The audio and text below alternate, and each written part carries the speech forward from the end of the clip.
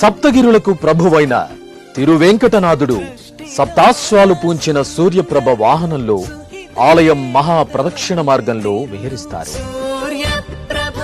ఉదయభానుని బంగారు కిరణాలు తిరుమలేసుని వజ్ర కిరీటంపై, వక్షస్థలంపై, శంఖచక్రాలపై, శ్రీవారి పాదపద్మాలపై ప్రసరించే మనోహర దృశ్యాన్ని వీక్షించండి.